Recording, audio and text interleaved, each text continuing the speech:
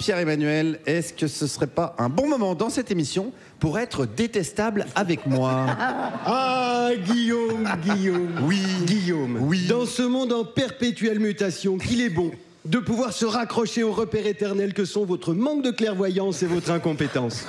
Vous êtes un phare de médiocrité dans les flots tumultueux de la vie et je vous en suis profondément reconnaissant. Je ne suis pas, comme vous le dites, avec l'arrogance qui vous caractérise, détestable. Mon problème, Guillaume, c'est que je suis une éponge à émotions. Dans un environnement joyeux, je respire la bonne humeur. Dans un climat bienveillant, je suis un agneau et par ce même processus de mimétisme, en votre présence, je deviens immédiatement haïssable. Mais vous ne m'aurez pas aujourd'hui. Flap, flap, flap, flap, flap, flap. Je m'envole, je m'échappe, je brise mes chaînes. Plus que 2 émissions à endurer avant les vacances et ça me remplit de bonheur. Longue était la traversée, mais j'aperçois la côte au loin. Aouh, aouh. J'entends même les mouettes. Et tout mon corps crie ton nom, liberté. Je vais bientôt retrouver mes vrais amis, ma femme et mes enfants qui ont bien grandi et qui vous appellent désormais le vilain monsieur qui empêche papa de nous faire des bisous le dimanche. Vous vieillirez dans la peur, Guillaume, car je les entraîne à tuer les gens qui m'ont fait du tort.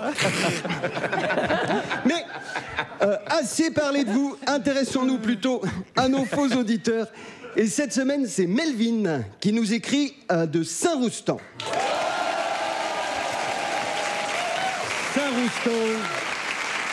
Saint-Roustan, où il ne faisait pas bon flâner dans les rues hier, puisque comme chaque 2e samedi de juin, les racilariens ont ouvert fenêtres Velux et autres vasistas pour uriner dans la rue à l'occasion de la célébration annuelle du Grand Déluge doré. Une tradition humide et malodorante, mais qui témoigne de la richesse mythologique de la cité. Depuis des millénaires, au coin de l'âtre, entre une rasade de Stutz et une bouchée de coucouille, les villageois se transmettent à voix basse les légendes sur les créateurs de la cité, les puissants géants qui peuplaient jadis la vallée de la Roustinière. Marbroc, le père de tous les géants, incarnait l'eau et la vie.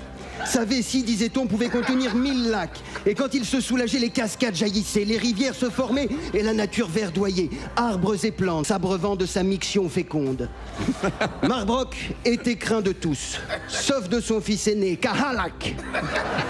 Né d'une cascade d'urine qui avait emporté avec elle la boue des montagnes, Kahalak était la terre, la pierre et l'argile. Quand les pluies torrentielles de Marbroc érodaient les montagnes érigées par son fils, les rochers de Kahalak déviaient les cours des rivières créées par son père. Leur rivalité se fit discorde. Leur discorde devint haine. Et lorsque les premiers hommes peuplèrent la vallée de la Roustinière, ils furent les victimes impuissantes de la guerre effroyable que se livraient les 2 géants. Si une tribu prenait fait et cause pour Marbroc, Kahalak ouvrait les entrailles de la terre et l'engloutissait. Si un clan se rangeait au contraire du côté du titan de pierre, Marbroc noyait les malheureux sous les flots tièdes de sa colère. Seuls 2 humains survécurent à l'ancestrale querelle.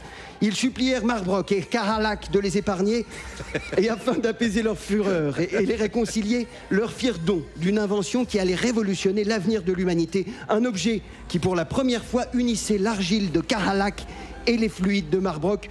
Le pot de chambre qu'on pisse dedans pour pas avoir à sortir la nuit. Les géants mirent fin à leur combat et offrirent aux 2 humains le lopin de terre et le bras de rivière où aujourd'hui encore se dresse la fière cité de Saint-Roustan.